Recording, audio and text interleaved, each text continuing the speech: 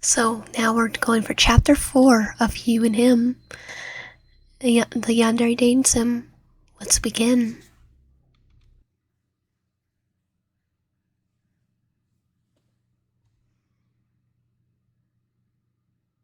Chapter 4. Him. Restrain him. Don't let him escape. Hold him right there. There's a canopy of voices as chaos bursts through the double doors of the church. Adam trips over his feet on a piece of raised carpet rolled through the center aisle of the pews. He frantically bid to escape the men hunting him down, the copper tang of blood flooding his mouth when he accidentally bits his own tongue. He flips onto his back, trying to kick the hands wrapped around his ankles, jerking him forward and into their grasp. Tears sting at his eyes, but he forces them back as he puts up the fight, while the other men wrangle him into a standing position, pinning his arms behind his back in order to prevent him from lashing out further. "Let me go," he screams as they cover his head with a burlap sack. Is he like in a burlap sack? What? Is it like a cult now? Fear entrenching him in a thick sludge that weighs him down. He's shaking so hard his teeth clatter. But he has to remain strong. He has to. It's the first thing he was taught. If you lose to fear, it's all over before it even starts. Let me frickin' go. He tries kicking a leg out, but he's shoved back onto the ground, where it's clear he's going to go willingly, and he's half out of it, in what feels like the opposite direction of the double doors. Adam stumbles up the stairs leading up to what he sure is the altar. Dread calls up to his spine at the realization that they cornered him here like a trapped animal for a reason. But he doesn't understand. He's done nothing wrong, nothing to warrant this sort of treatment. So why? So this before he went stabbing people? He grunts as he twisted around and shoved into something hard that forces him to bow at the waist. What? A fist grabbed the back of his burlap sack, covering his head before shoving his face into something cold that steals the breath from his lungs and robs him of thought as he gags. He can't breathe. He can't breathe. He tries bucking his captors off of him, croaking on what he now realizes is water as it floods his lungs and stings his nostrils. His attempts at breaking free useless. Soft chanting begins above him. Okay, it's definitely a cult. It starts slow before building up, all the men's voices united as one. It's a hymn, a prayer, a curse, something else. You can't tell. Their words are muffled as he silently screams into the water, bubbles raising around him as he exhales precious air in a moment of fear and confusion. He tries to keep himself conscious, but the darkness inside of the burlap sack is starting to become all encompassing.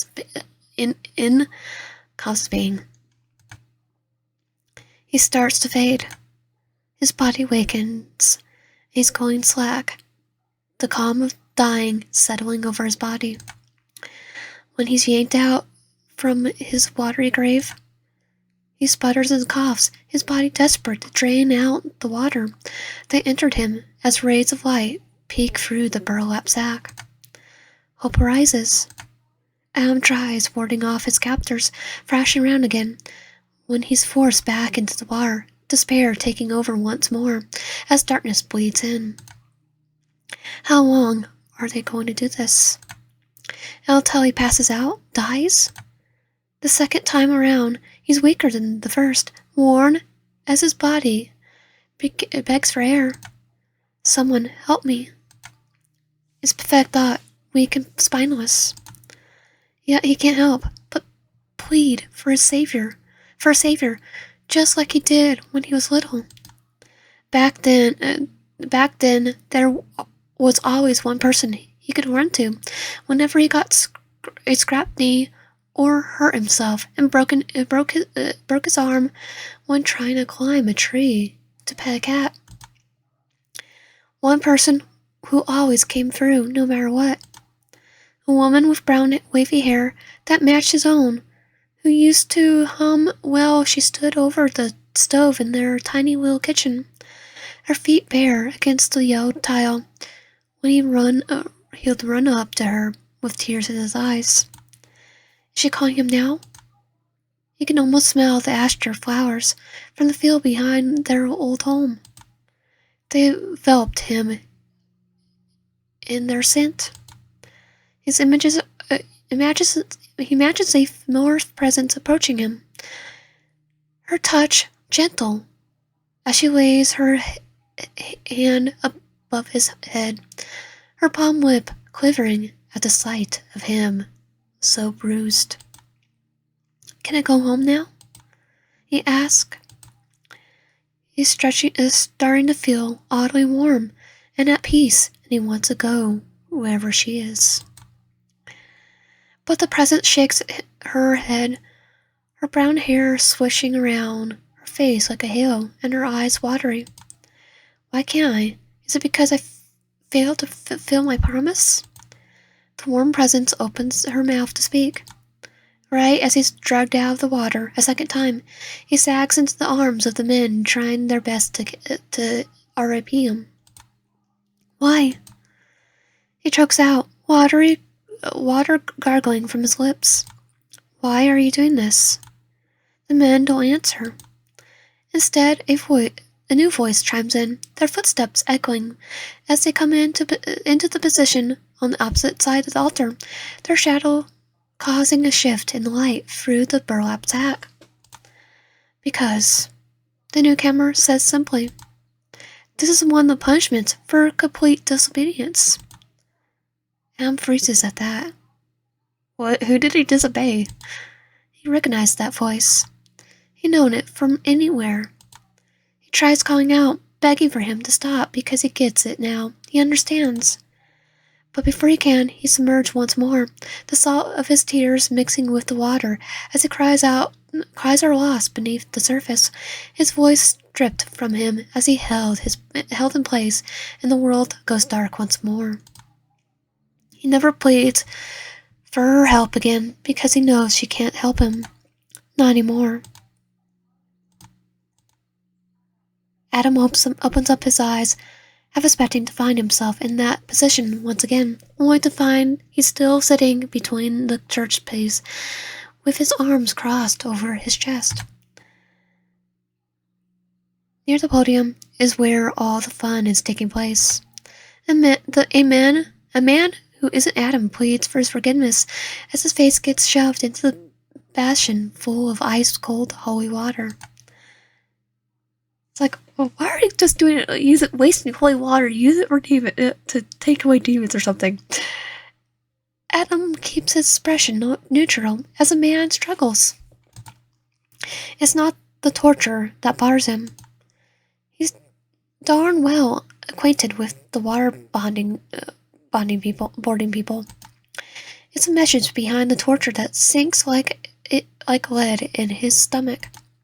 He wasn't called just for the meaning, but to see the results of what disobedience can lead to. Reminder for him not to stray. Am's first experience with cleansing was meant to deter him from acting out and betraying those he swore his loyalty to. Who did he's sworn his loyalty to a cult.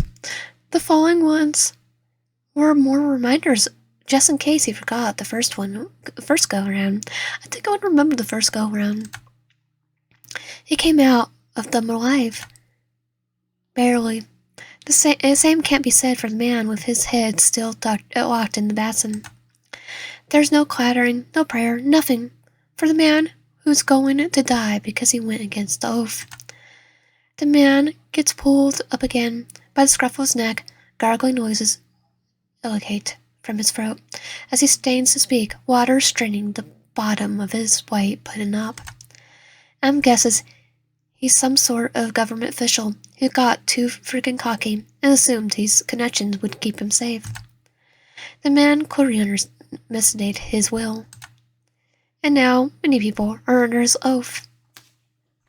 I have a gut feeling he's in a cult. My family. He shouts, no doubt, in the last-ditch effort to save his trail, after warning threats of his own connections didn't work. They won't survive without me. At least let me see them. He's dunked back under, his words cut off, as he's held under. This would be the worst way to die. It's easy to figure out what his final request is. They always want to see their family before they're killed. Some try to use the tactic in order to gain mercy from their would-be murderer. Am knows because he's heard the same darn line more times than he can count. Your guys every plea, speech, and demand they can drum up just from the first symbol alone. And yet, Adam never saw you coming. Drumming his fingers along the base of his thigh, Adam checks his phone on reflex for news about your current condition. Nothing from Saffron. Adam sneers as he shoves the phone back into his pocket, scrolling, as he leans back in his seat. Of course not. Saffron said the surgery went well, and you were recovering from it, but you haven't spoken up yet. The reason you passed out in the first place was due to you going in hypervonic shock when your aunt shot you with the .22 caliber handgun she kept lying around. Saffron had tried going into explorations about your X-ray and other medical jargon, but Adam didn't give two craps about to which he finally had to interpret him and demand to know if he were going to live or not. Saffron never gave him a direct answer. It depends. Some will, some don't. Frickin' useless. Adam mutters. At the very least, Saffron better tell him whether or not you kneel over. He deserves to know that much. Glancing back up towards the robed men, he sees that they're now carrying the man they were drowning down the steps of the aisles like a pallbearer's arms lifting a coffin at the end of the funeral. He watched. Only funeral I've done, I don't think we. Actually, yeah, They got into the car. I think it was actually family did it, and we actually didn't go all the way to the cemetery. I think I had school the next day, and 2 hours for my mom, and Dad was sick. He watches as foam drips from the man's lips. It was before COVID, so his empty gaze remains trained above them, and Adam looks up to find a Mostic painting detecting the exact moment when his namesake accepted the fruit from the tree of knowledge. Wasn't technically Adam, it was Eve. Wasn't it Eve? What a freaking annoying reminder. He looks down sharply, his jaw ticking annoyance. Another message or a coincidence? Adam couldn't tell as there are rarely coincidences whenever he's evolved. He learned that lesson a long time ago. As soon as the double doors shut behind the group of roped men, Adam pulls himself up from the bench and heads towards the confession booth. He closes the one door behind him before he takes a seat on the wooden bench, sitting back against the wall, waiting about 10 or 15 minutes until he hears a distant click on the other side. Another minute passes before the center window opens to reveal a wire meshing in blinding white light. Is he talking to the man up the sky? Adam looks away from the eye strain. Saffron told me you would call him. Said you want to see me? Now, Adam, that's not why we conduct ourselves here. That's not how we conduct ourselves here. You know as well as I do about what confessional booth is for.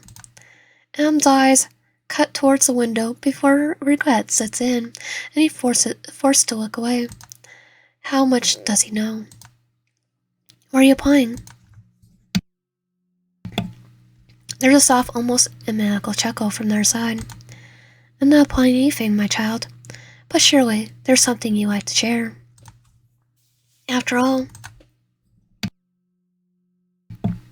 the light glows brighter through the window, and Adam flinches at the sound of his salt on his retinas. Chuck, stop it. He's forced to look away. You never told me you're injured, or so imagine my surprise when I found out through the tabloids that you've gone hurt on a hike and never said a word about to me. But do you inclined to tell me the rest of the world for an interview? Why would you keep something like that from me? I thought we were always honest with each other, Adam. Adam does not react right away. He's already saw this coming from a mile away. The moment Saffron informed him, he called, wishing to speak with Adam once one-on-one. Well, if it's Chuck, aka God, he would already know. You need to keep his answers vague enough to avoid outright lying, but not much that he raises suspicion. Adam keeps his voice level as he responds.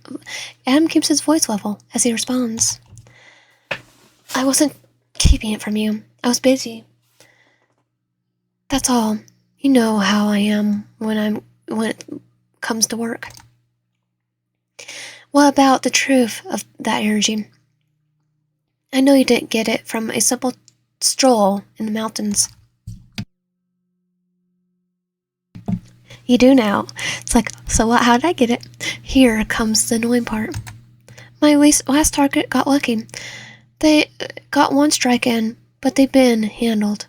It won't happen again. Silence. Yeah, you're lying. Adam's eyes skirt towards the light on their side of the confessional, noticing that it flickers every few minutes. There's no visible sign of someone on their side of the booth, but his presence is usually easy to feel, especially when it comes to a shift in his moods, like the air itself is changing. Right now, though, Adam can't feel anything, and that in and itself fills Adam with overwhelming sense of dread, as the silence stretches, drawn out further by Adam refusing to break down the admit to all his sins. Adam knows what he's waiting for him to crack under the present pressure and share the things he might have found out otherwise. That might have not found out otherwise. But if he does, he'll lose the one possible lead he has. You.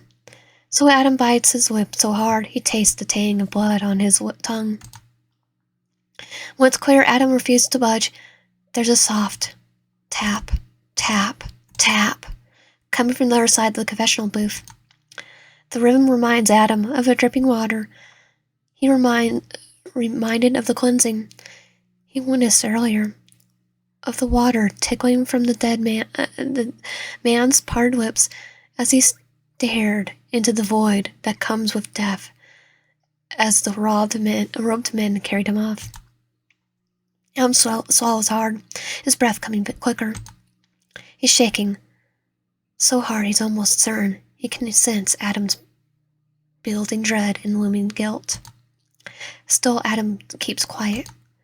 When he speaks again, there's only one detachment, void of any concern or warmth. He probes further. And how exactly did you manage to get lucky? And how exactly did they manage to get lucky? No one ever pulled the wool over your eyes, so I find it hard to believe there isn't more to what happened. For yourself of this burn you're carrying, Adam. Tell me what they did. I don't understand why it's so freaking important. If I really told you, I've taken care of it. Language. The hiss of the singular word makes Adam flinch. Is it Captain America? You know I loathe that sort of vulgarity. You still will not utter such words in the presence of your ward. I know, I'm sorry. So it is Chuck. It is Chuck. If you're sorry, then answer my previous question. I only ask because I'm worried about you, my child. If you haven't watched Supernatural, Chuck is the name of God. So. Just like that, his earlier warmth returns just as quickly as it left. You trust me, don't you? I'll prove myself to you, haven't I? I cared for you, sheltered you, done everything in my power to give you the push you needed to get where you are today. I know. I didn't have to. I could have abandoned you, walked away and let you rot, but here I am, trying to understand you. Let me understand you, Adam. Does explain why Chuck, aka God, does not know that Adam's keeping you alive.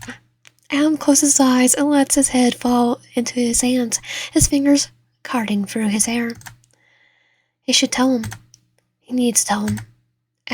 About you and how weak and impulsive and stupid he became whenever you were evolved. How much that single frickin' kiss changed everything about him. Everything for him. How it haunted him. How he almost tried to kiss you again until you got interrupted. How he almost gave in. He should admit to his weakness and be done with it, but he needs you. And if God were to discover Adam's recurrence, no matter the reason or excuses, he knows for a fact God would order him to finish the job. I don't think this... Okay, all seriousness, I still don't think this is God at all, because thou shalt not kill, thou shalt not judge. You wait for me to actually just kick the bucket. Naturally. You could hold all the answers Adam needs, and God wouldn't care because Adam took the oath to obey his will, and would argue that your continued existence would only taint him further and distract him from extracting that information. You already did it once, so what's to stop you from doing it again? I should probably worry about me doing this, because say it's a baby, the world of baby, I just go hang out with just go hang out with Sam and Little Fife, and he knows Adam would force his hand as a means to protect him from himself and these shameful feelings. But Adam's already made up his mind. You're staying alive for as long as he freaking needs you. I got careless and cocky. I did underestimate them, and they grabbed a hold of my knife to use against me. That's all there is to it. So nothing inherently special about what they did other than you're underestimating them. Nothing at all. He knows. Adam doesn't answer, allowing him to fill the blanks for himself. If it is God, he would be all-knowing, so I see. Very well then. A soft tapping sound halts, and Adam hears the rustle of robes. You may go, but remember this, my child. Dread swells inside Adam as God delivers his final message.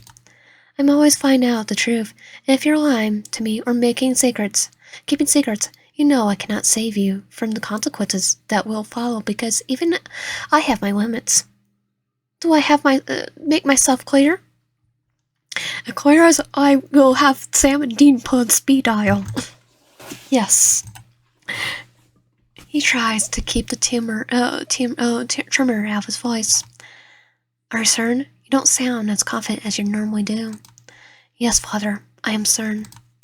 Then you are freed from your sins by God's will. You may go. Adam forces himself to stand despite his shaky legs before he rips open the door and tries to remain calm as he exits the church, keeping his eyes trained forward. He refused to take another look at the painting that mocks his own struggles from above. By the time he reaches the winter car, he collapses into the driver's seat side. His breathing is so hard, his breath comes in quick pants as he rests his forehead against the steering wheel, one of his hands clenching his shirt like he's searching for a lifeline to keep him grounded. He needs to leave before anyone sees him. To panic is to admit guilt. He's panicking. In the middle of his struggle, he feels his phone buzz, and he reaches for it with trembling fingers before grinding out what? As soon as he answers. The other end stays quiet before Saffron's voice falters through. I see that you met with him, but I'm calling to inform you that they're starting to wake up. Adam's breath catches. Finally, some freaking good news. I'll be there. He hangs up before taking another minute to collect himself as he starts the car. Adam spots the shadow in the window. His gut clutches, but he doesn't have time to discern whether or not he's standing there, watching Adam's every move. He needs to pay you a visit. Saffron.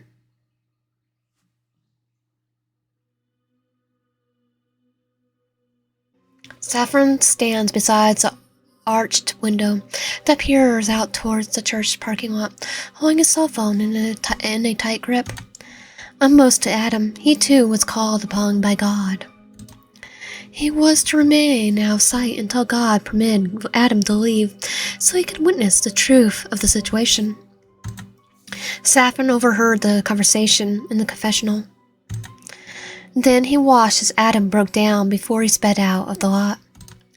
He witnessed everything in the exact sequence of the events that God predicted would happen. Because all-knowing, Chuck, Saffron didn't need to tell God anything. From the moment Saffron answered his phone, he already knew that something was going on with Adam that the young man refused to share or talk about with either of them. God had called for a meeting, in an effort to allow Adam to come clean and share all the events from that day. But he hadn't. Instead, he kept quiet, keeping everything from God, while Saffron only knew Adam intended to keep you alive because he claimed you were useful to him. It's more than that. Saffron didn't know the full story because Adam refused to let him in. He thought God would be different. Adam respected God, so if he couldn't make Adam open up, then they had a real problem on their hands.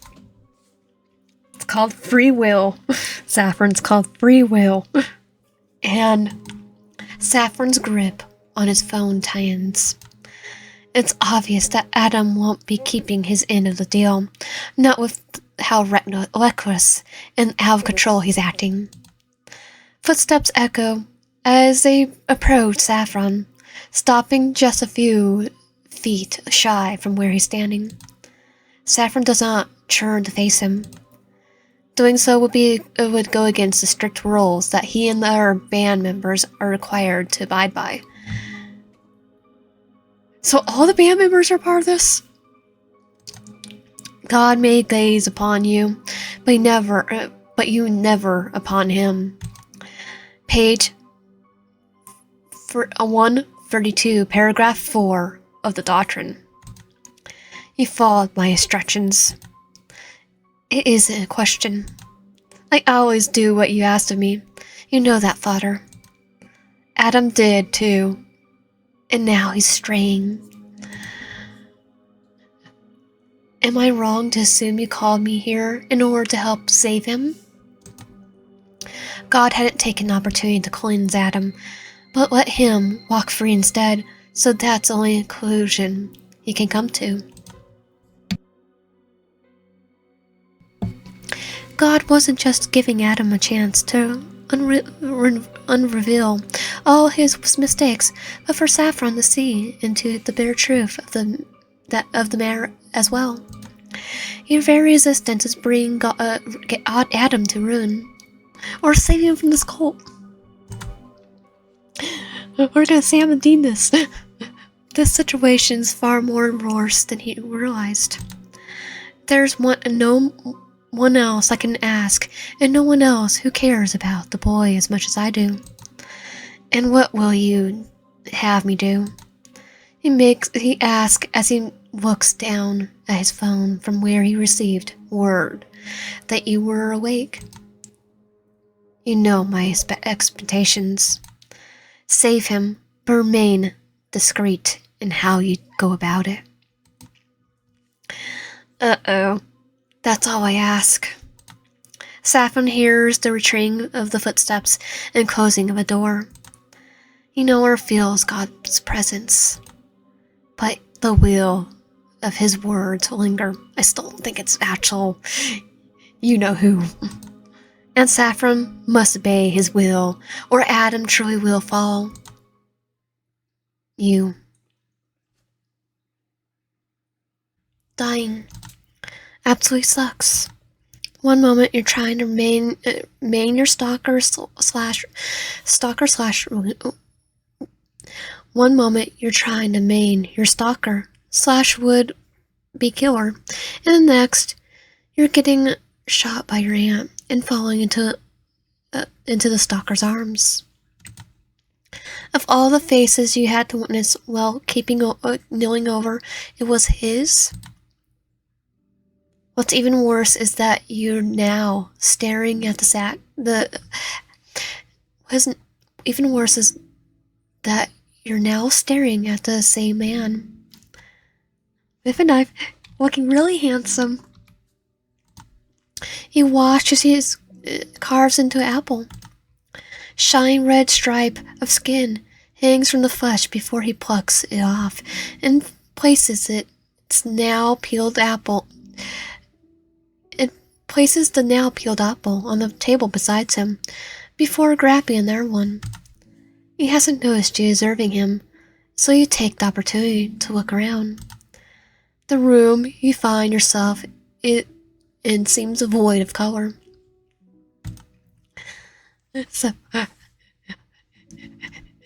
Suffer's knife. There's nothing but plain white walls and flooring, while the room itself reeks of bleach and disinfectant, which is likely the reason why for your pulsing headache. So I must be allergic to bleach like I am actually. You glance back at Adam, the only splash of color around. For me, I have to use distilled vinegar for cleaning. He's a giant purple grape in an otherwise empty fruit bowl. If only you could squish him like one. Though it's odd, now you're giving him a closer look. Why does the air around him seem so... You squint and try concentrating to figure out what exactly seems off about him. You withhold a gasp as sharp pain sneers through your head. You clench your face with a wince. You feel like someone just swung an axe down into your skull, the pain stepping all the way down the length of your spine to the tips of your toes. To your relief, the pain doesn't last long. Almost as soon as it appears, it dissipates, like you never experienced the feeling at all. Okay, I feel that pain. Okay, that hurt. When you peer up again, Adam's back to normal. Whatever you saw must have been a trick of the light. Brushing off the odd spirits, you choose to focus on something that doesn't strain your vision, which turns out to be Adam and his presence. Did you die? Are you listening? If I die, this would be, heck. Are you asleep? You sigh at the thought and nestle deeper into your pillows, or he wouldn't be there though. So no. At least according to who they're talked to. Not Adam being my sleep harassed demon. Or wait, no, if I'm dead, then I would be his. You try mulling this over, well, rolling onto your side, but get caught by a bunch of tubes hooked up into your skin, making the transition impossible. What the? As you lift your arms to examine the IV injected into the inside of your brow, you hear a harsh thud come from Adam stretching. His fingers are curled around the hilt of his knife from where he just impaled it into the table, and he smirks at you. You can't help but roll your eyes at the display. Yes, Adam, you know how to stab things. We know, you've already told us that much. Good for you. Everyone knows how intimidating you are.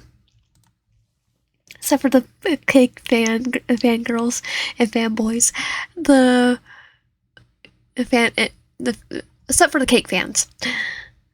The words that follow are even worse. About time you joined the living. I was getting tired of waiting. Adam says and hurls himself to his feet.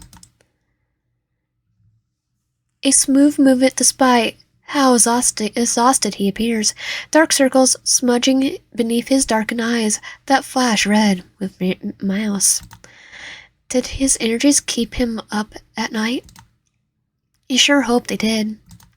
What? Adam demands when he sees you openly staring at him, his hands curling around the railings of your bed, as he grows down at you with a typical stick up the butt demanner. You can't help but give a condescending smirk of your own. You look like crap. Why don't you take a look in the freaking mirror? You're the one who's tied down to a hospital bed, not me. Unlike you, pretty boy, I don't have to worry about saving face for a bunch of fans. Too bad they don't see you now. Don't freaking call me that. What, pretty boy? What, because the one good thing about you is your face? Because it sure the heck isn't your personality. It's like, oh, we're being savage right here. It's like, we're trying again to go stabby. This needs major adjustments. I'm just being behind bars would fix that. I'm sure being behind bars would fix that. Better yet, the death penalty, considering how much people you probably killed. You never know when to shut up, do you? I think I preferred your comatose. Wow, great. Besides a manner, you have great bedside manner you have there. Good thing you're not a doctor. Do you run around chewing out elderly patients to get your kicks when you couldn't get them from me? Or at least you have to assume that there are patients floating around considering the room you tucked in. It's got ER written all over it. Yvain fobs at Adam's temple over your comment. What, did I hit a sore spot? You quirk an eyebrow and challenge, and Adam jabs a finger in your direction. I saved your butt by bringing you here, but it's clear I should have let you bleed out in the trailer 4. You should be grateful, little devil. You're still alive because of me. Oh, you can give me nicknames, but I can't. Why am I not surprised by the hypopsy? Hip crops, crisp, the hip crops. I said it right. Speak of which, I wouldn't even be in the same position if I wasn't for you. You stabbed me and hunted me down. So tell me, what am I exactly thanking you for? Go on, I want to know what your egotistical brain justifies. How your egotistical brain justifies this. You're in the hospital because your aunt shot you, not me. Yeah, Aunt Ruth was a very crap shooter. That should be on Redstone. Why did she shoot me? Oh yeah, she intentionally aimed for you. You say, sitting in your bed because you'd rather not spend another minute having him loom over you. You never let him have the advantage of acting like he's above you. You are get shy again.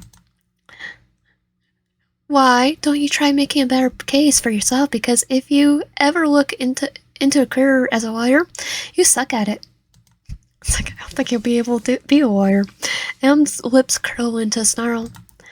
You're defending her when she didn't give a crap about you when you collapsed and fell unconscious. Yeah, I'm actually would. I would be the one cursing her name out. Oh, I suppose you did. Yeah, he did. He broke out a harsh laugh. You're unreal, Adam. I understand why she did what she did. You put her into that position and made her snap. You tortured her and antagonized her and evaded her home. And you were the reason everything went down the way it did. You think you can gaslight me into believing you, that you were the better person because you brought me here, and she was the acting villain. To be fair, it was also the one that was panicking, where she was going, okay, time for round 2. Or 3. Of fight. You're a joke. Just for a photograph, too. You're a joke if you think that. No, I'm alive because you're attracted to me. You're alive because I need you. Oh, you want to use me for something? Even better. And here I thought you were trying to lead me to believe that you actually cared. You clapped your hand in mock delight. So, what do you need me for? Information? It's like to act like a human punching bag? Because if it's for that, you're going to have a rude awakening, since I won't, and you, before you ever get the chance to touch me.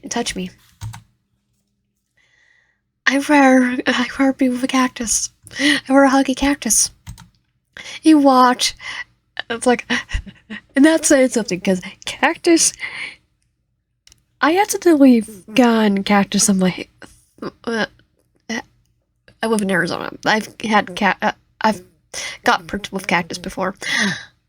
I had one that's called a jumping cactus. I went on the school bus and felt pain. I had one stuck to my heel. The bus driver had to drive around back to my house to get me put to my mom so that my mom could pull it out and drive me to school herself. He watches a red flush creeps up his neck in your response.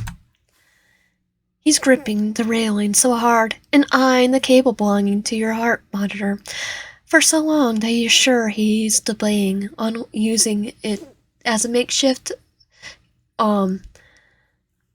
shift rope to choke you out. You don't care. You're wishing you could do the same after everything he put you through. There's no There's not a human alive who you hate as much as Adam. Adam says nothing as he reaches into his back pocket and tosses a handful of photos into your lap.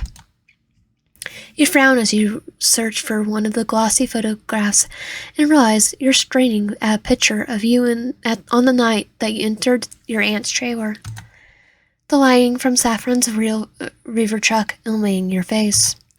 You could see the building dread reflected in your eyes as you tried preparing yourself to face off with Adam. You let the photograph fall from your fingertips and you gesture towards the pictures, trying to discern what exactly he's showing you.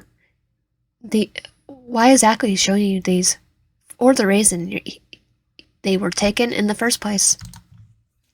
What is this? Insurance, so you behave and do what I tell you. What do you mean by that?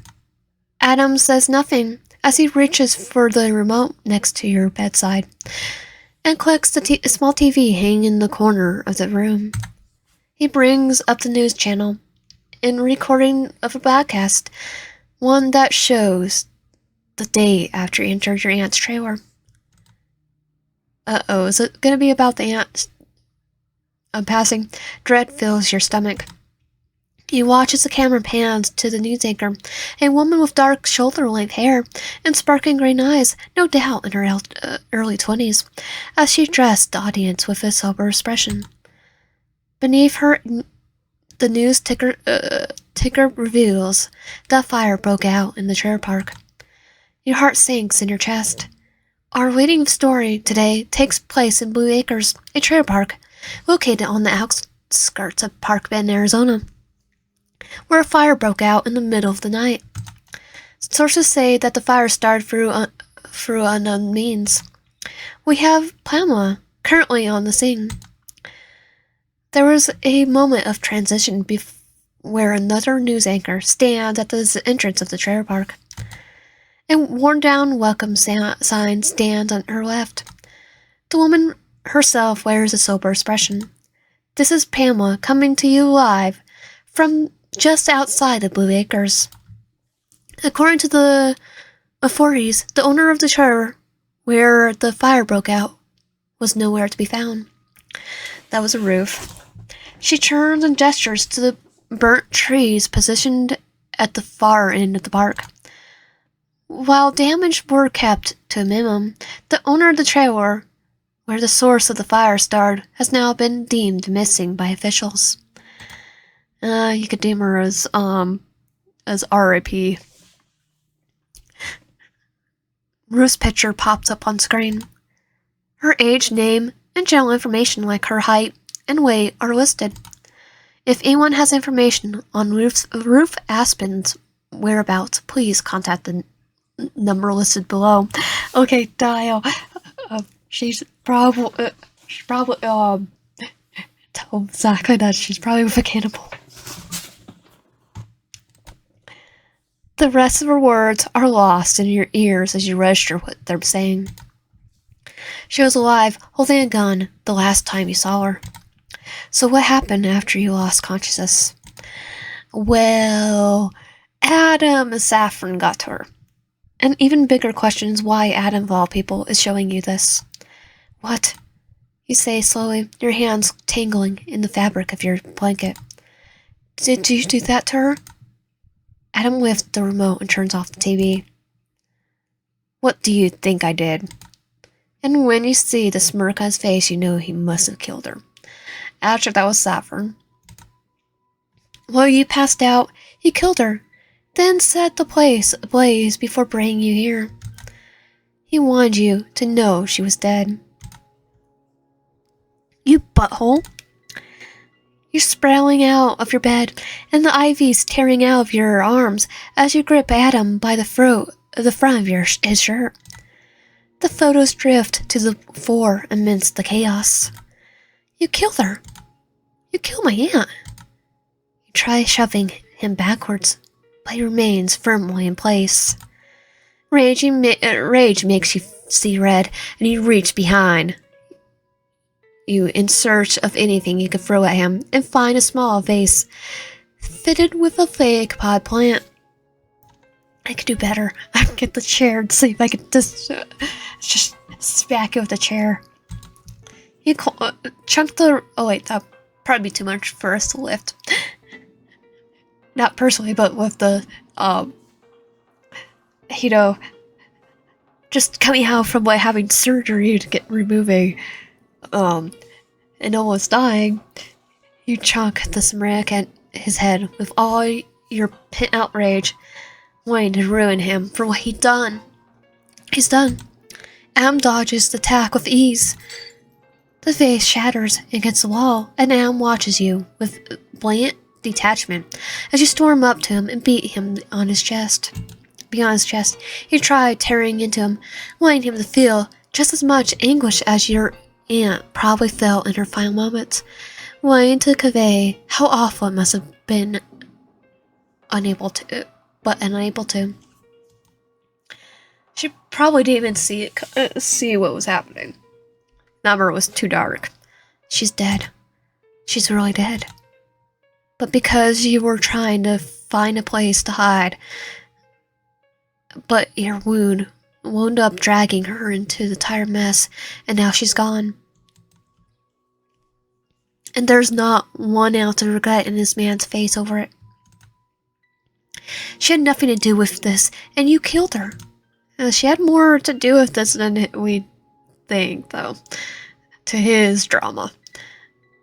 You ignore the strain of your energies, and your body cries of complaint as you rampage on the man who feels the need to destroy everything he is in his path. Your rage is white hot. It almost drowns out the guilt eating away at you.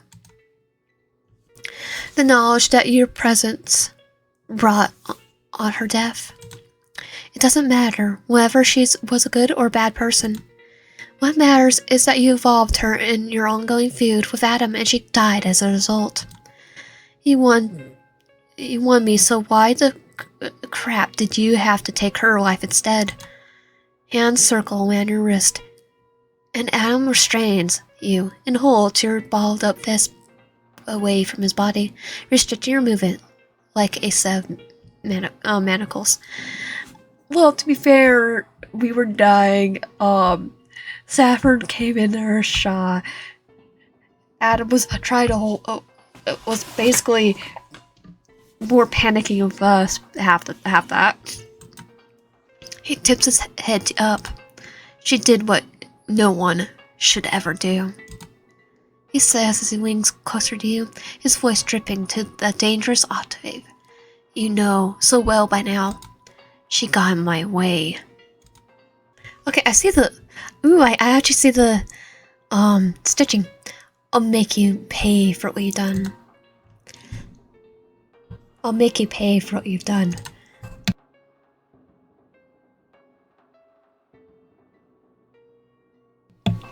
Maybe I won't kill you, but I'm certainly doing my best to make your life an absolute living nightmare. You know why, Adam?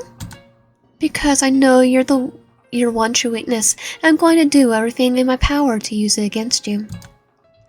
The words speak something behind the darkened depths of those eyes. I wouldn't expect anything less from a little freaking devil. Your interior wrist from Am's grasp, ping him with a glare that doesn't even begin to describe the hatred you feel for him. He's making you into the worst possible version of yourself. Never in your wildest dream did you want someone to suffer so badly. But Adam, you'd gladly watch this man get what's coming to him. As you take another step back, eyes roaming around the room for another projectile, your foot makes contact with something glossy. The photos. You peer down at them. Let me take a wild guess. These are for blackmailing me, right? Proof that I was the last one seen at the place of potential crime. Am smirks. As I said, their assurance. Refuse to cooperate, and those pictures will get leaked to law enforcement. It's as simple as that. What about your traces of DNA? Adam looks at his nails, unimpressed by your attempts to ruffle him. He answers your questions with a response that pretty much confirms your earlier suspicions. I have people in high places. They may have been more at the scene who. There may have been someone at the scene who scrubbed any evidence of me in any way. Who's to say? You were right in not reporting to law enforcement. You doubt they would have been any actual help, and you can only imagine how much worse your fate would have been. They probably would have tried to pin you with some lucrative stalking charge and attempted murder as soon as you stepped through the darn door. Still, maybe if you had, Ruth would still be alive. You ball your hands into fist, glaring up at him. And if I don't care, then we'll go with a second option. He closes the gap between the two of you, his large frame eating up your entire field of vision until it's all he could see. It's like he wants to consume your entire world, leaving just himself as the center of your focus, so that no one else can take your attention away. Which sounds about right for this obsessive butthole. I got word that you were traveling to meet someone after you stopped by your aunt's. Lead me to suspect that it was likely another relative or a friend, someone you're close to. There's a lot of records on your aunt, considering she was desperate to hide herself. There's not a lot of records on your aunt, considering she was desperate to hide herself. So much so that she married your uncle in order to change her last name to make it much harder to find and identify her. But I did happen to find her divorce records. Adam's smile broadens into one of cold cruelty, and he stiffened at the sight. This seems to spur him on. You catch a whiff of lavender as Adam leans closer, the smell first unsettling you since you've grown used to the copper tang of blood that always seems to follow him whenever he goes. You try not to react, knowing that's what he's aiming for by evading your personal space like this. But you're unable to save face when he asks his next question. How's he doing, by the way? Your uncle, I mean. You dare. Why? He barricades you between his arms, dripping the railings of the hospital bed as he cocks his head in a mocking fashion. If you don't cooperate, who knows what I might do to your uncle? I'm capable of anything. Your aunt's dead and buried because of me, so what's stopping me from taking another? Leave my uncle out of this. And how are you going to stop me, little devil? Because, as I see it, you're either have a choice of freaking behave, or I tie you down and you watch as I slit his throat. So tell me, what is it going to be? Why don't you go with option C, where I stick these photos up your... You cut off mid-sentence as the door to your room swings open and the doctor, with peppered hair in his early 20s, walks in holding a clipboard. Behind him, a familiar figure follows after. You... Emerald green eyes sweep over the scene before him. He looks like he's puzzling something out. The way he takes in the pictures of on the floor and Adam's arms caging you in. Dr. Bone, would you please give us a moment alone? The doctors peer up from his clipboard, peering up, surprise, his eyes taking in the IVs you ripped out of your arm when you leapt out of your bed. You can see him wearing with something before finally nodding.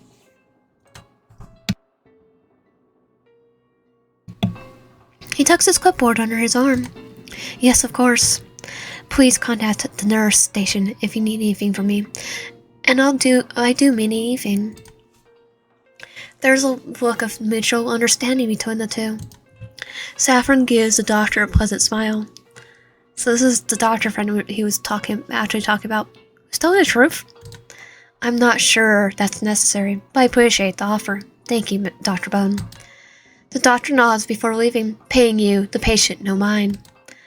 Oh, cool. Just what you want. A doctor willing to get rid of the skeletons in Saffron's closet, one of which will no doubt be yours. Isn't friendship sweet? You shake her head with a Sandra-esque smile. Trapped alone in a hospital room with 2 serial killers and a doctor willing to look their way. What could go wrong? Oh, one serial killer, one cannibal.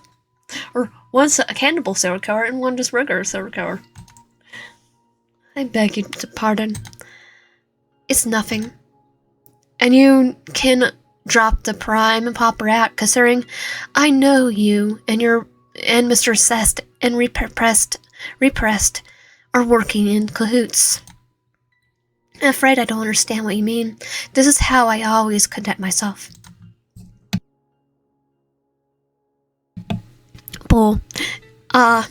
So he's just that's creepy all the time. Adam draws away from you. Eyes never leaving his Saffron. What are you doing here? Considering that we're under a disguise of working with me as Cake's social media manager, I figured it was best if I come. Say what now? Social media manager? What are you talking about? I was informed you're well equipped in navigating social media and handling content, as well as taking photo ops and the like because of what you do for a living. Since you'll help Adam for the foreseeable future, we need a plausible reason for you to spend time with him. It's like, okay, so I actually go for the. So it's basically giving me a job for something that was part of my degree. As much you'll help Adam while under disguise of working to curate our social media. Okay, but that doesn't answer what Adam really needs me for. That picture I showed you, do you remember it? Yeah? Kind of hard to forget that he shoved it in your face and demand details on what you knew about the woman in the photo. At knife point, mind you. I'm looking for one of the women in it. You mean the one with the curly brown hair who looks like you? Adam's gaze narrows and his jaw ticks. No. I'm searching for the woman standing next to your aunt. The one with the blonde hair. Did she do something even worse than our aunt? And what does that have to do with me?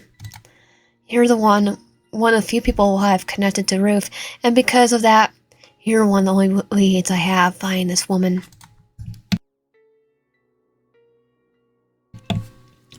What, do you expect that she told me about her personal life and I know something about the woman you're looking for?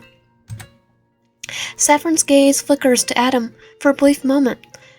It's so quick, you almost miss it. That look just now. Are you saying you have no information on this woman? None at all? He steps forward, and there's a faint gleam in his eye, like a wolf that's seeing an injured rabbit, ready to go in for the kill. It's clear as day what he's thinking. Adam can sense it too by the way he stiffens. Don't. He moves his body so that he's practically standing in front of you, almost acting like a shield. Never in your life did you think that the man that stabbed you and hunted you down would act as a protective presence, but here you are, alive to witness it. Or maybe this is more of a this is my prey sort of the ordeal. Or both. Adam dances between the two, the hot and cold half the time, to the point where you're pretty sure he's confused on what he wants. Very confused. Not to mention, he's literally just friend to kill your uncle.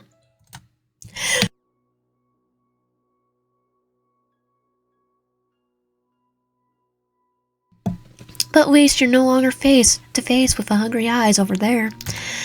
You think your wins. You think your wins when you get them. You take your wins where you could get them at this point. I'm simply asking a question, and all I desire is the answer. I would assume acquirers are needed if we.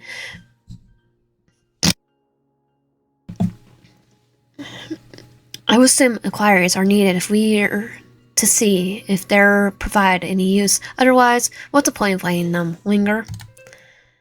They provide use. More ways than one.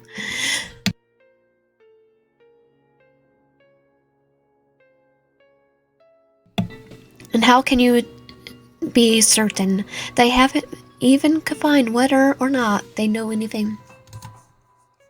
You're putting a lot of stock in them, Adam, and I'm begging to question the real reasoning as to why you're insisting on keeping them around. You got a crush. The room goes silent. You can practically feel Adam's eyeing the knife he weighs into the table. Oh great. Is there going to be a bloodshed between these two?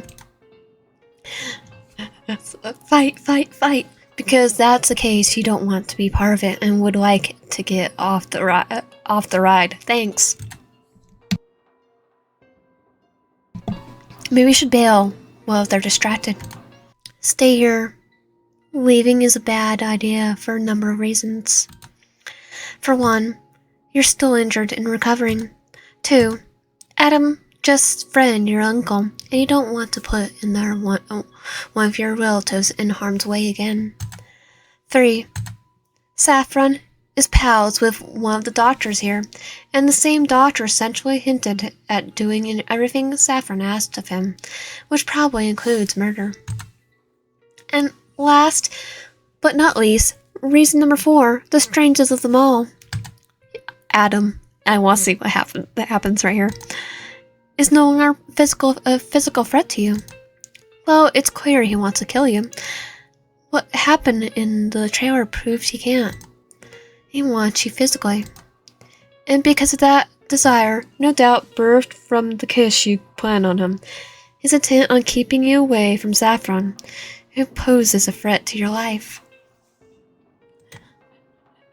Maybe we could break him out of the cult. Break him all out of the cult. That's much you're certain of. So, for the time being, it's best to take all of the above into account and stay where you are.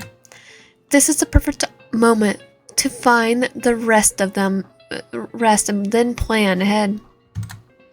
When Adam speaks after a long pause, his voice cracks on that familiar, fretting quality. Oh, it's not directed at you this time. What I want to know, Am says, his voice dripping with acid, is why you're so heck bent on questioning me when I already explained everything to you earlier. You and I both know that just because they don't remember anything right now doesn't mean they won't prove useful or remember something later down the line. And because of that, I'm not letting you frickin' touch them. They're my only lead to getting my answers. If that's the case, then couldn't you say the same about the men we was formerly married to? I would say he'll know far more than they do. Yeah, but he's like, hands off. This one's mine. Which leads me to another frickin' point. He jerks his thumb over to his shoulder in your direction. Even on the off chance that they can't recall anything, they can still provide an opportunity for me to speak with their uncle, or any other possible family members who might know more about Ruth's past. Smart. Here he has this planned out. Yes, I could cut my losses and torture the creep. But if there's a chance he's anything like Ruth, he'll die and I'll wind up back to square one. If I go about it this way, there's less of a chance for me to lose the lead I already have, and can utilize them as a means of getting their family to open up about what they know. Plot twist, because the uncle has all except for the one gun of Ruth's. He's decked up like he's decked up with ammunition, like he's Deadpool and Rocket Raccoon combined. You of all people know how important connections are. So there is that good enough freaking reason as to why I'm keeping them alive? Or are you going to ask more stupid questions? There's a moment of silence, and despite Adam standing between the two of you, you can still feel Saffron's gaze by the way your skin crawls. Your suspicions are confirmed when you peer around Adam and are greeted by ember eyes staring straight at you. You resisted the urge to curl your lip in repulsion. Saffron looking at you like a piece of decent, decorant cake placed on a shelf that's just out of reach. Yeah, we know his diet. You know, some people think you're a snack. He thinks of us far different type of snack. When it goes into his stomach, you know some people think you're a snack. But Saffron's taking it way too far. Yeah, because the definition of snack is different than ours. Adam knows it's the same thing because he shifts so that you are out of the other man's line of sight. It's subtle, but Saffron's eyes narrow as he forced to focus on Adam again. I see, he says at last. There's something off about how he says it too. Like he's starting to piece together a puzzle he couldn't figure out before, and now it's all coming together thanks to that one gesture. You feel like Adam's just started going down. Not sure for what quite yet, but you know something has changed. It's like, just go for your sin. It's far better than this cult, as you're afraid of the consequences that will follow. Is that all? Then, if that's all, then leave. As I stated before, I came here to explain what they'll be doing under my leadership. And where in that sentence? Adam asks as he eats up the distance between him and Saffron in 3 quick strides. Did I ask? I was making a statement, a command, not a quest. Leave now.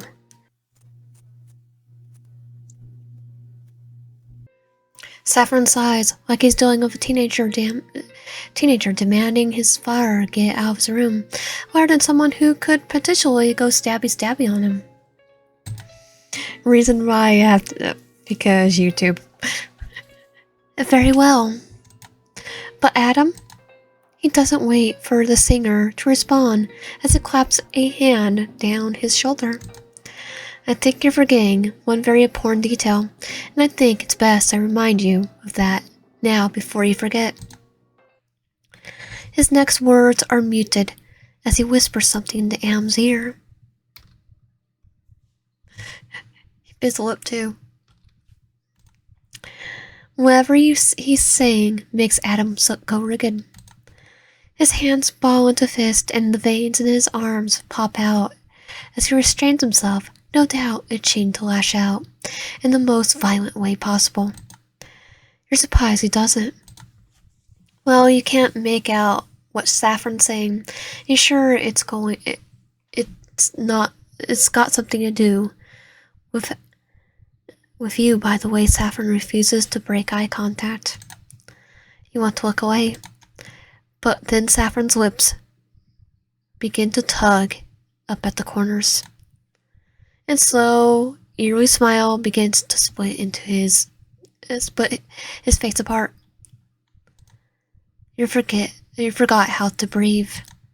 The entire world stills as you feel like you're just hopped onto the set of some horror movie, where you're already in the horror movie. And we're not the slasher. These two are. You get the insane urge to grab a metal chair Adam was sitting in earlier and beat the ever-loving crap out of Saffron with it until he crumbles to the floor. No, the best thing you'll get is Adam's knife, and then go a ghost face on him. You don't care if your stitches break in the process. This evil needs to go. You sing enough horror movies to know how this ends. I sing 3, and you're all scream. I couldn't find 4 yet. And does it count with classic horror, monster horror? No, not really. You got to exercise this guy real quick. No, that means he is a demon. I think it's more go ghost face on him herself, unless you want to decapitate your decapitated head, acting as a centerpiece on the table spread made from your limbs. Yeah, I think I'll choose to become the slasher myself. You need to wait until a later date, though. You got other things to prioritize first, like ensuring your uncle's safety. Then you can take care of the big guy. Not today, Cannibal Hector. Not today, Cannibal Hector. Not today. Not today, Hannibal Hector. Not today. Saffron seems to acknowledge this as well because he draws away from Adam, his sinister smile replaced with his usual polite disposition. You'd be even more scared of me because I'm like, well, I watch Scream. Now, if you excuse me, I have other matters to attend to. Please take care. Adam remains quiet as Saffron brushes past him. He doesn't even react when the door closes behind his manager with a soft click, leaving the two of you alone. He's so still you wonder if he's ever even breathing. Poke the barrel there or ignore him. The bed calls to you. He's not going to do anything to us, so the bed calls to us. As long as he doesn't bother you, you're good with anything. You push yourself over the bed railing and wince as you lay back against your pillows. Your body finally registers a strain of your energies and a hiss through your teeth as you rest a hand over your side where your aunt shot you. Geez. Shot, then stabbed within days of each other. It's a wonder how you survived everything. You close your eyes, begin to drift when you hear an irritated voice. Hey, you groan, not even bothering to open your eyes. What now? Didn't I make it clear that I was trying to sleep? Just listen, it's a porn. Anne pauses, and you hear the sound of him picking something up. Whatever you do, don't let yourself get caught in a situation where you're alone with Saffron. Good to know I already figured that out. Understand? Yes, I understand. And if I'm alone, I'm gonna be the one with the bigger knife. Hopefully. And I'm gonna release my inner ghost face. His words are harsh, but there's something else too. If you were dumber, you'd mistake it for genuine worry. It is genuine worry, probably. But this is Adam you're talking about. You crank open an eyelid and discover he's resumed peeling the apple he starred in on earlier. Do I look like I have a death wish? Yes or no? It's a simple question. Yes, happy? Adam doesn't respond. He doesn't bore into yours as he searches for a lie within your response. Is this guy serious right now? He's starting to make your head hurt again. Would you like to hear how much I prefer chewing off my own foot over sitting alone in the room with that guy? Or do you really think I'm that stupid? You tell me. I just did. Well, I'm just freaking asking because a small condescending smirk tugs at his mouth.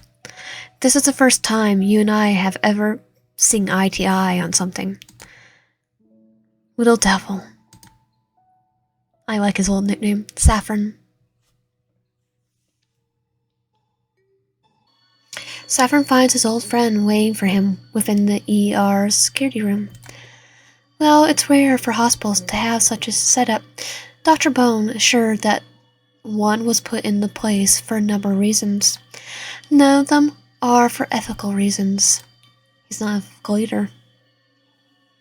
Dr. Bone watches the monitor as a man thrashes around on a gurney, wailing his head off, screaming for help. It's a useless endeavor. The hospital is set up with a number of soundproof rooms for disruptive patients. Yeah, disruptive. He whistles his breath, though he's unaware of the fact. The patient's thrashing gets worse as the surgeon approaches him, tugging on their plastic gloves, while their eyes glimmer with morbid fascination. There's people on standby holding a bag full of liquid meant to preserve the organs they pull from the patient. The surgeon turns on the overhead light, and the operation begins as Saffron stands besides Dr. Bone. I assume all this running smoothly?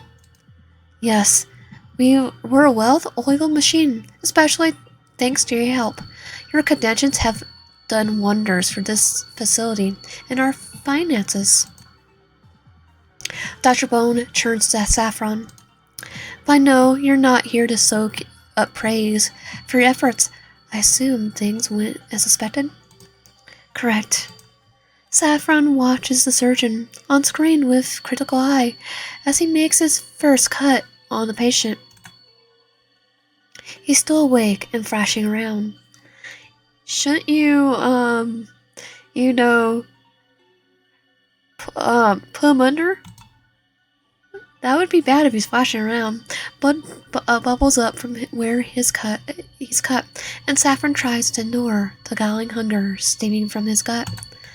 Your face, the tender shape of your body. You make him feel insatiable. I purposely provoke Adam, and I learned a few interesting details while observing him. He became defenseless of his mark, and I believe he formed an unhealthy attachment to their presence. Gaining them alone won't be easy. Dr. Bone sighs. I apologize for not realizing sooner. I would never put them through surgery had I known. There's no fault of your own, and it's likely Adam would have laid the blame on me had things gone conveniently south. I was surprised when he came in without you. I assumed you had other matters to attend to? Yes, and began to understand why it was asked that I do this discreetly. If I outright hurt RIP them without some forethought, it's anyone's guess what Adam will do given his nature. Saffron will be automatically be RIP too. Saffron lets his gaze momentarily drift over to Dr. Bone. Adam has never shown this level of interest in anyone, so I need to put a plan in place that allows his attachment to dear Charlie entirely. Then, when their bond is severed, I can do what's necessary. It's like, I still think Saffron's one of the main bad guys. I'm assuming you got something in mind. Yes, you catch on quick, old friend. Saffron smiles and looks back at the CTV footage. I've known you long enough to pick up on your train of thought, but as I've said before, I'm here if you need anything. I'm aware.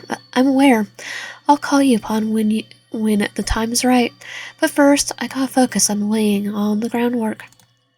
Then, when there's no longer under Adam's protection, Saffron allows his finger to trail along the screen of the computer monitor where the patient lies unresponsive.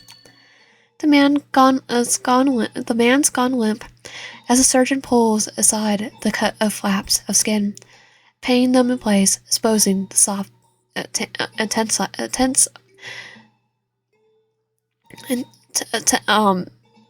innards, intestines, and chunks of flesh waved underneath.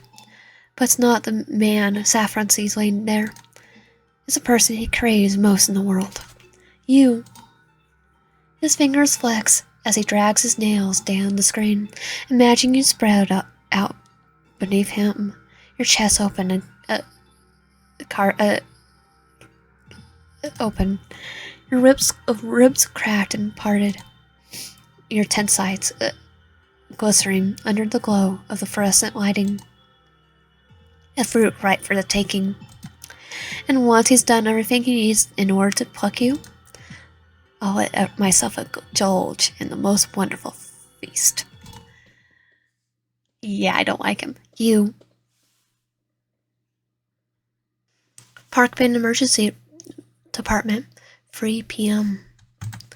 2 weeks later. Over the next few weeks of recovery, your well-being is assured by the ER staff. You don't see Dr. Bone again. And Saffron only shows up when he goes over the details of your arrangement. And Adam's like in the corner. Adam is a different story. He visits every single day. Most of the time, he sits in silence like a careful watchdog, and other times he's sharpening his blade or cutting into an apple that he leaves you slices of. Oh, our sweet. He's being our sweet. Yeah, he's going there more there than yawn. He's never eats them himself. He's feeding us. You wonder if the man ever sleeps because every time you wake up, he's staring at you, his gaze unwavering. Sometimes you get into arguments about it. Other times you attempt to ignore it. Mostly because whenever you get too riled up, you start getting headaches, although you're not sure why. The doctors suspect it's due to anemia. After the loss of that much blood. I don't think that'll be. For me, I'll get dizzy or really, really tired. actually get really tired. Though they're surprised there's no other outside factors paired with all things considered. You should have died back there, but somehow you managed to pull through. When it finally comes to you, when it finally comes for you to leave the hospital, it's both a relief and a concern. A relief because you no longer be tied down to hospital bed, but a concern because you're going to meet the rest of Adam's band, the other members of Cake. King, Ethan, and King. Recall seeing them plastered alongside Adam on numerous billboards and articles on social media outlets. They all appear close on screen, friendly even. That's not the case. You can only imagine what they're really like. You can't imagine anyone hanging around Adam or Saffron and not having homicidal tendencies. You shudder at the idea of surrounding yourself with such violent men and try not to think about it as you tuck yourself further into the back seat of the car Saffron picked you up in. Adam keeps eyeing you through the rear mirror. Don't even think of freaking trying to jump out. It says when you catch him looking at you for the 1,000th time. Oh yeah, that's so easy with a childproof safety locks turned on. You rattled the door handle for emphasis. I'm totally making my grand escape. Actually, I'll fly my escape right now. Given your personality, I wouldn't put it past you to get desperate that you're trying breaking out through the window. Actually, I probably would. Good to know that you realized I would rather be a bug on someone else's windshield than dealing with your presence in a confined space. No, I'll be a Spider-Man and climb up on top of the car. Oh wait, I'd probably be too short. It's in this truck, right? Probably be too short. Only truck I could get on top of the roof of is probably mine. And that's because it's a small one. That they don't make that model anymore. And for your information, I've been signaling cars passed by, well, mounting SOS while you weren't looking.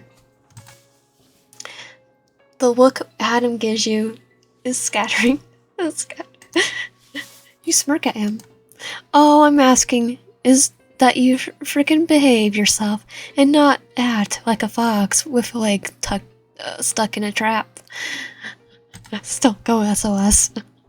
Ugh. This again. You sigh before resting your head against the car window. The world flies by like a boar. The familiarity of the city doing nothing to bring your comfort. I wonder where in Arizona Park Bend is technically supposed to be. As an Arizona myself. You ate for days where you didn't fear for your life. Look, I agreed to work with you and Hungry Eyes over there in return for my uncle's safety. If I'm going to run, don't you think I would have done so already? Like back in the hotel. I mean, the ER. Considering you're recovered for the most part, I wouldn't put it past you to come up with some stupid escape plan. He's not wrong. Thought of it so many times, but he doesn't need to know. You're just buying your time until you can find your way out of this frickin' situation. You rub your bridge of your nose, wording yourself carefully. Outright line just ticks him off. You don't need the headache. I'm not going to take the risk of you falling through with your fret, especially after learning what you did to my aunt.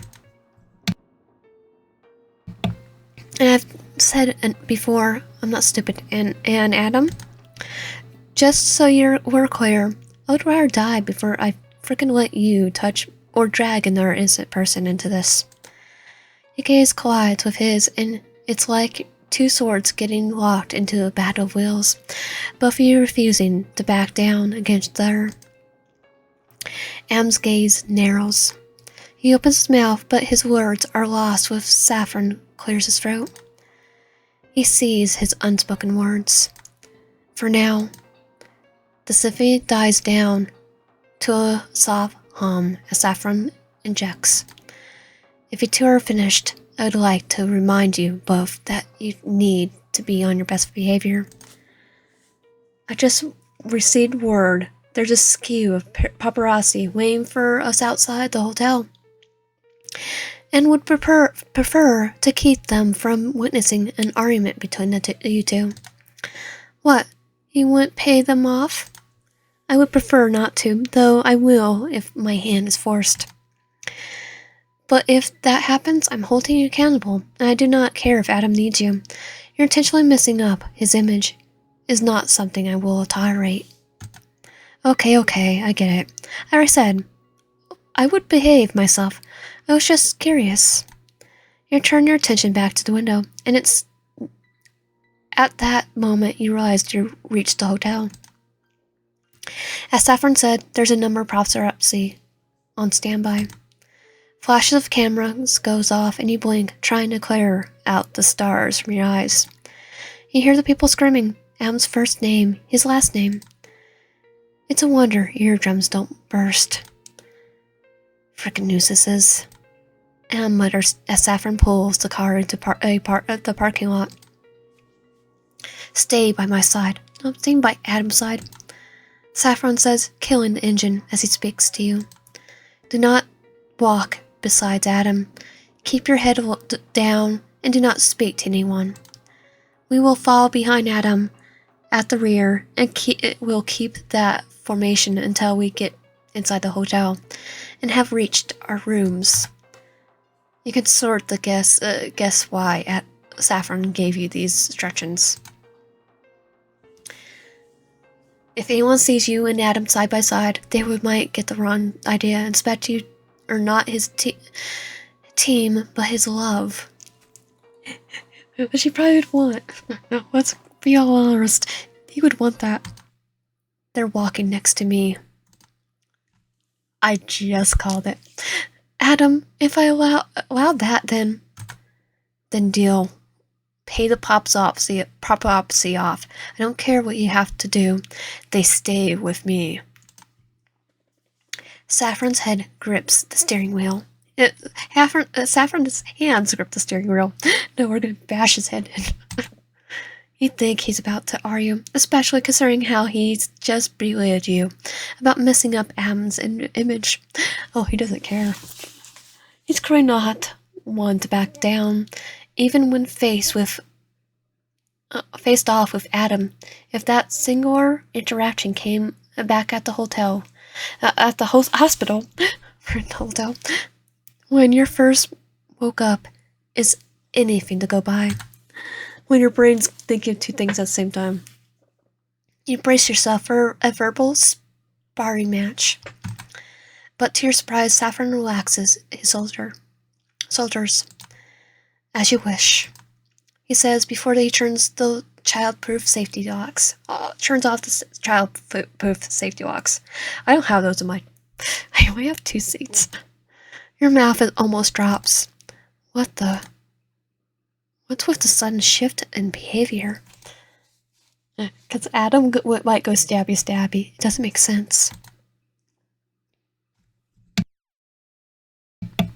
You don't get much time to think about it as your focus is forced to step out of the car in order to catch up with them and are immediately bombarded with flashes of light and shouting. Your face freezes on the spot. Oh crap. You never encountered anything like this. It's like you entered a whole other world entirely.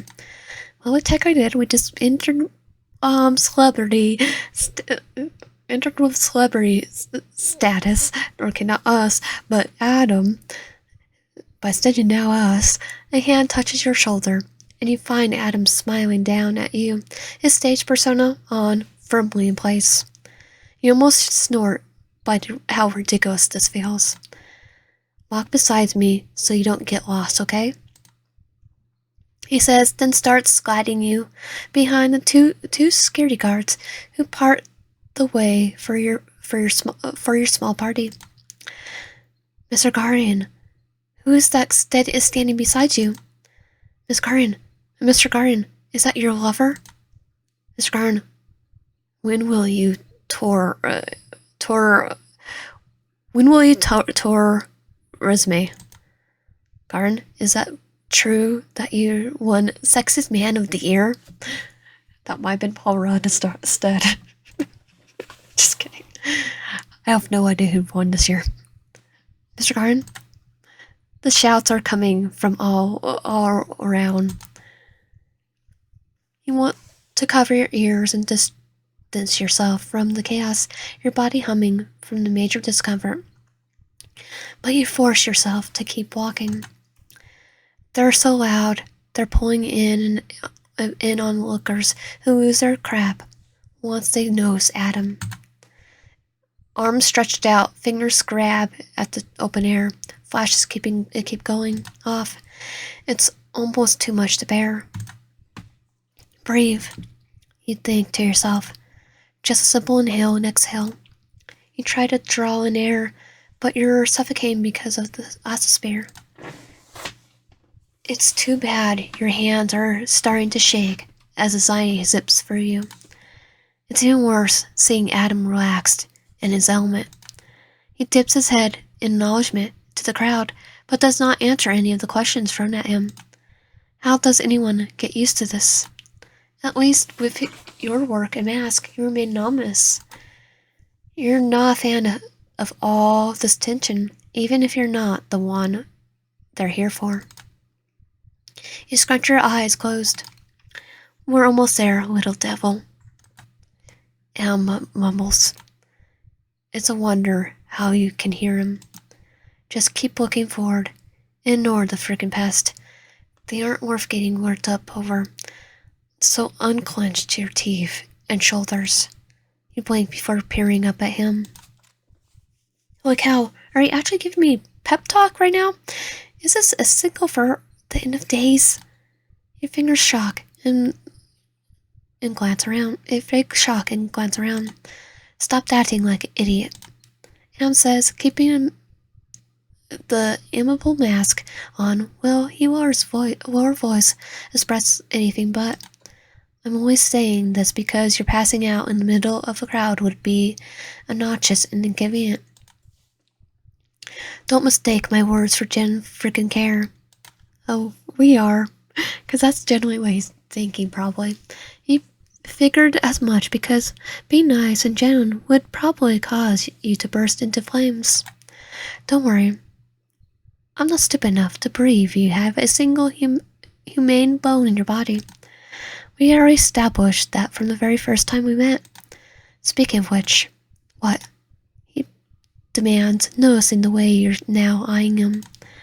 Just spit whatever you're thinking out already. Can I just know why? Why what? You look off towards the crowd, but instead of bodies, you recall the day you met in the highway.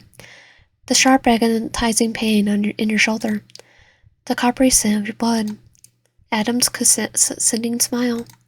Your jaw sets. Why did you attack me? You finally ask, bringing the unanswered questions that plague you to light. Why do you and Saffron want me dead? Was this just a one-off thing and I managed to escape?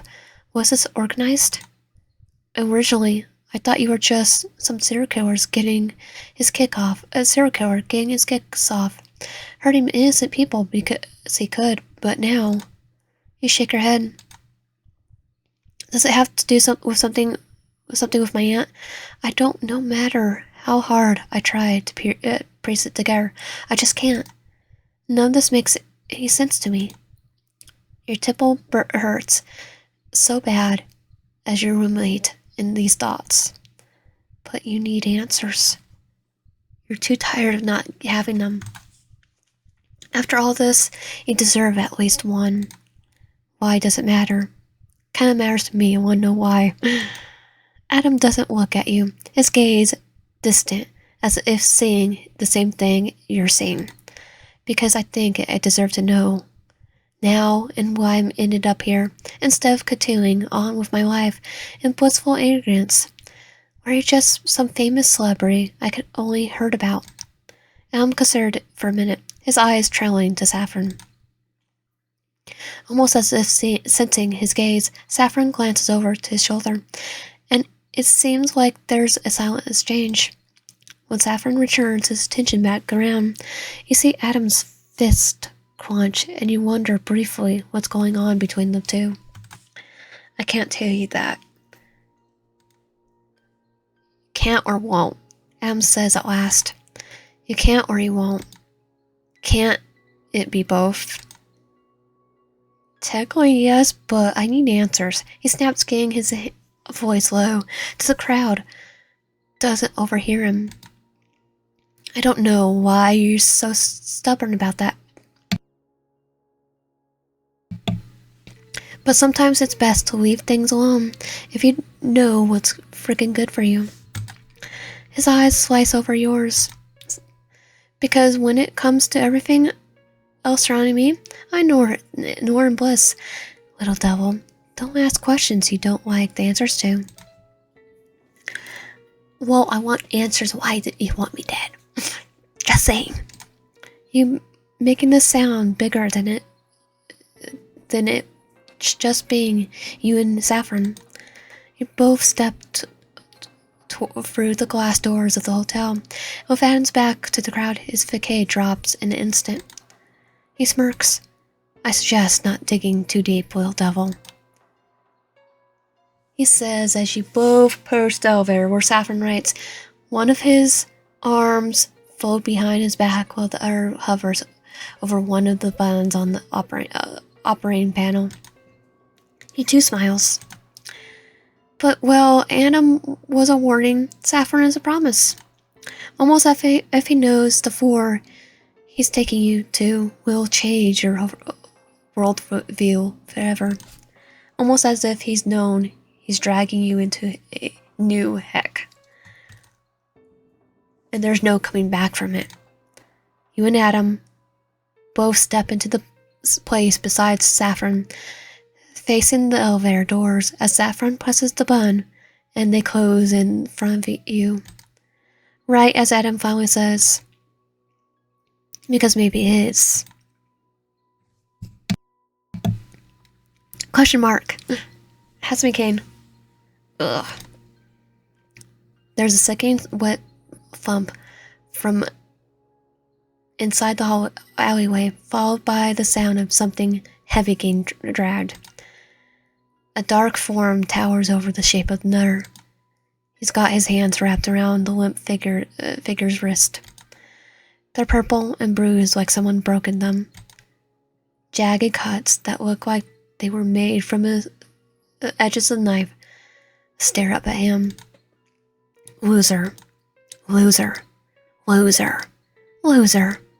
They overlap one another, the blood still fresh from where the words were carved in, ingrained into the corpse's skin like ghastly tattoos. Oh, they're all do this. They're all basically slashers. The man whimpers and he screws his eyes shut as he drags empty husk fur in. He didn't mean to. He didn't mean to do it. He swear on his life that he didn't. I'm so sorry. I'm so sorry. He wishes he could take it back. He wishes he could rewind time and tell himself not to enter the bar and down that last shot of whiskey. But it's too late now. And he's here now. Now he's here. Well, he does it while he's drunk. All he can remember is alcohol going through down smooth, the dancing, someone pushing him into the bathrooms. He recalls someone's tongue slipping into his throat, his hands in their waist, their fingers tugging at his hair. He doesn't know if the person was a man or a woman, nor non-binary. He doesn't even know if it was a corpse. If it was the corpse now laying on his feet. He doesn't know how he got here. Forgive me, please forgive me. He says as peers down at the corpse, a sob ripping through his chest when he sees their glassy eyes. Didn't mean to do it again. Thought it would get better if I joined. I thought I'll be saved. He ducks his head as feelings of guilt swirl at his chest, stretching him like chains, dragging him down into the abyss he can't break free from. I never thought it would turn out like this. Swear I didn't. I thought God would save me. Oh, he's part of the cult too. And there a sob tears through him. A yellow light flickers overhead and forms mass underneath its glow.